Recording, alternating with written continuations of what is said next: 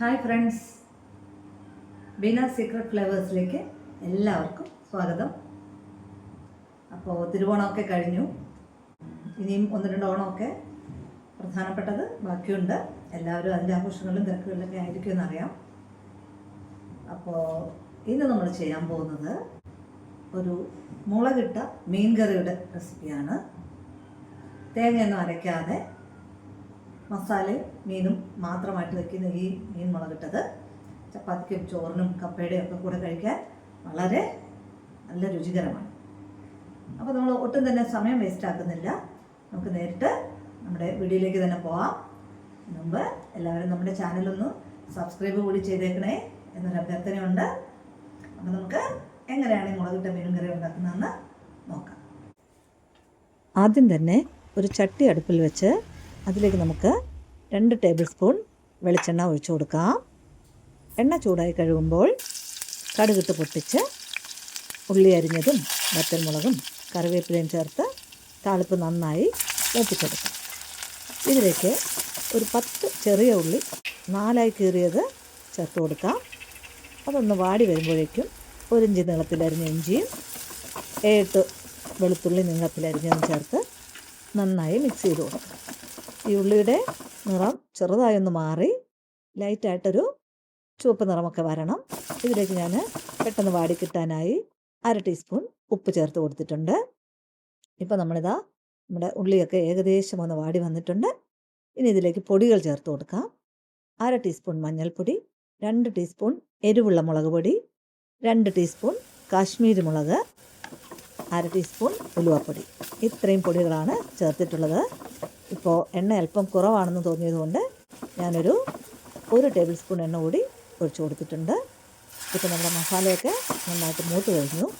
ഇതിലേക്ക് ഞാൻ 2 വലിയ കഷ്ണം കുടംപുളിയെ 4 കീറി വെള്ളത്തിലിട്ടിരുന്നത് കൂടി വെള്ളത്തോടെ ഒഴിച്ചു കൊടുക്കുകയാണ്. അതിനുശേഷം നമുക്ക് ആവശ്യത്തിനുള്ള വെള്ളം ചേർത്ത് കൊടുക്കാം. ഞാനിവിടെ 1.5 കപ്പ് വെള്ളമാണ് ചേർത്ത് കൊടുത്തത്. ഒരു 1.5 ടീസ്പൂൺ ഉപ്പും കൂടി ചേർത്ത് കൊടുത്തിട്ടുണ്ട്. ഇതെല്ലാം കൂടെ നന്നായി മിക്സ് ചെയ്ത ശേഷം അല്പനേരം അടച്ച് വെച്ച് നമുക്ക് തിള വരാനായി കാത്തിരിക്കാം. ഇപ്പോൾ ഇതാ നന്നായിട്ട് തിളയൊക്കെ വന്നു കഴിഞ്ഞു. ഈ തിളച്ചതിന് ശേഷമാണ് നമ്മൾ മീൻ കഷ്ണങ്ങൾ ഇട്ട് കൊടുക്കുന്നത്. ഞാനിവിടെ നേരത്തെ തന്നെ മഞ്ഞൾപ്പൊടിയും മുളക് പൊടിയും കുരുമുളക് പൊടിയും ചേർത്ത് മസാലയിൽ മിക്സ് ചെയ്ത് വെച്ചിരുന്ന മീൻ കഷ്ണങ്ങളാണ് ഇട്ട് കൊടുക്കുന്നത്. ഞാനിവിടെ ഉപയോഗിച്ചിരിക്കുന്നത് നെയ്മീൻ കഷ്ണങ്ങളാണ്. നിങ്ങൾക്ക് ഏത് മീൻ വേണമെങ്കിലും ഉപയോഗിക്കാവുന്നതാണ്.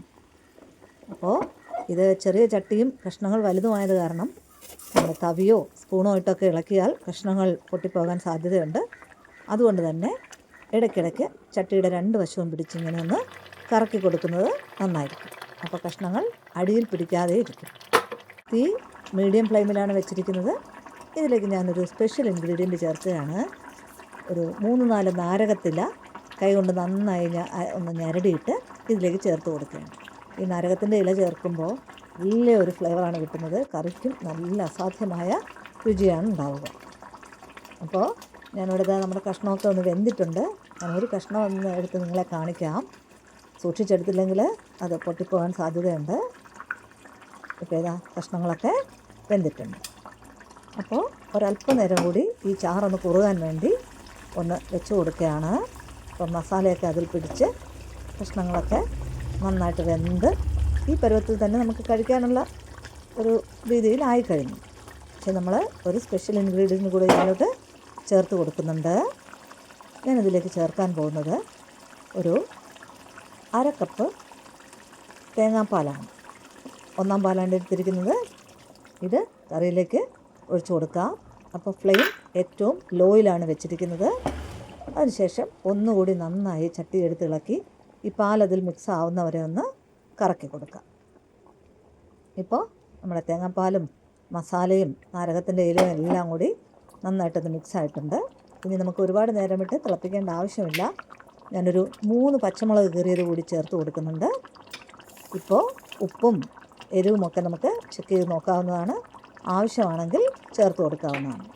അപ്പോൾ ഉപ്പ് അല്പം ഒന്ന് കുറവാണെന്ന് തോന്നിയതുകൊണ്ട് ഞാനൊരു 1/2 ടീസ്പൂണോളം ഉപ്പ് ചേർത്ത് കൊടുത്തിട്ടുണ്ട്. അപ്പോൾ വീണ്ടും സ്പൂൺ വെച്ച് ഇളക്കുന്നതിന് പകരം ഞാൻ ഈ ചട്ടിയെ മൊത്തത്തിലെടുത്ത് ഒന്നുകൂടി കറക്കി കൊടുക്കുന്നുണ്ട്. അപ്പോൾ നമ്മുടെ മീൻകറി ഇവിടെ ഏകദേശം റെഡി ആവുന്നുണ്ട്. ഞാനൊരു ചെറിയ തിള കൂടി വരാൻ വെയിറ്റ് ചെയ്യുകയാണ്, ഇതെല്ലാം കൂടെ ഒന്ന് മിക്സ് ആവാൻ വേണ്ടി. അപ്പോൾ അത് കഴിഞ്ഞാൽ നമുക്ക് ഫ്ലെയിം ഓഫ് ചെയ്ത് കൊടുക്കാം. അപ്പോൾ ഇതാ നമ്മുടെ രുചികരമായ മീൻകറി ഇവിടെ റെഡി ആയിട്ടുണ്ട്. ഞാനിതാ ഫ്ലെയിമൊക്കെ ഓഫ് ചെയ്ത് കഴിഞ്ഞു. അപ്പോൾ ഫ്ലെയിം ഓഫ് ചെയ്ത് കഴിഞ്ഞാലും ഈ ചൂടിലിരുന്ന് കുറേ നേരം കൂടി ഇത് തിളച്ചുകൊണ്ടേയിരിക്കും. അപ്പോൾ നല്ല തേങ്ങാപ്പാലൊക്കെ വറ്റി നല്ല എണ്ണ തെളിഞ്ഞ് വരും. അതാണ് ഇതിൻ്റെ കറക്റ്റൊരു പരുവം. അപ്പോൾ ഇതാ നമ്മുടെ തേങ്ങാപ്പാൽ ചേർത്ത മീൻ മുളകിട്ടത് ഇവിടെ റെഡി ആയി കഴിഞ്ഞു. നല്ലൊരു മണമൊക്കെ വരുന്നുണ്ട്. നമ്മൾ തേങ്ങ അരച്ച് ചേർക്കുന്ന കറിയേക്കാളേറെ വളരെ സ്വാദിഷ്ടമാണിത്. ഇത് ചോറിനും ചപ്പാത്തിക്കും ഒക്കെ ഒപ്പം കഴിക്കാൻ വളരെ രുചികരമാണ്. അതിൻ്റെ ഒരു നിറം തന്നെ കണ്ടില്ലേ, ആ എണ്ണയൊക്കെ തെളിഞ്ഞ് നല്ല സൂപ്പറായിട്ടുണ്ട്. അപ്പോൾ ഇത് നമുക്കിനിയൊരു പാത്രത്തിലേക്ക് ഒന്ന് പകർന്നു കൊടുക്കാം. ഞാനിവിടെ ചോറിന് കഴിക്കാൻ വേണ്ടി ഒരു കഷ്ണം മാത്രം പാത്രത്തിലേക്ക് പകർന്നു വയ്ക്കുകയാണ്. അതിൻ്റെ ചാറിൻ്റെ കൺസിസ്റ്റൻസിയൊക്കെ നിങ്ങൾക്ക് നോക്കിയാൽ തന്നെ അറിയാം, നല്ല കുറുകി കഷ്ണങ്ങളിൽ പിടിച്ചിരിക്കുന്ന പരുവത്തിൽ ആയിട്ടുണ്ട്. അപ്പോൾ നിങ്ങളും ഇതുപോലെ മുളകിട്ട മീൻകറി ഒന്ന് ചെയ്ത് നോക്കണം, നിങ്ങൾക്ക് തീർച്ചയായിട്ടും ഇഷ്ടപ്പെടും. ഇതിൽ നമ്മൾ തക്കാളിയോ മല്ലിപ്പൊടിയോ ഒന്നും ഉപയോഗിച്ചിട്ടില്ല. ഞാൻ ചോറിൻ്റെ കൂടെ കഴിച്ചു നോക്കി, വളരെ നല്ല രുചിയായിട്ടുണ്ട്. അപ്പോൾ നിങ്ങളുടെയും ഫീഡ്ബാക്ക് പ്രതീക്ഷിക്കുന്നു. എല്ലാവർക്കും ശുഭദിനം നേരുന്നു. Thank you.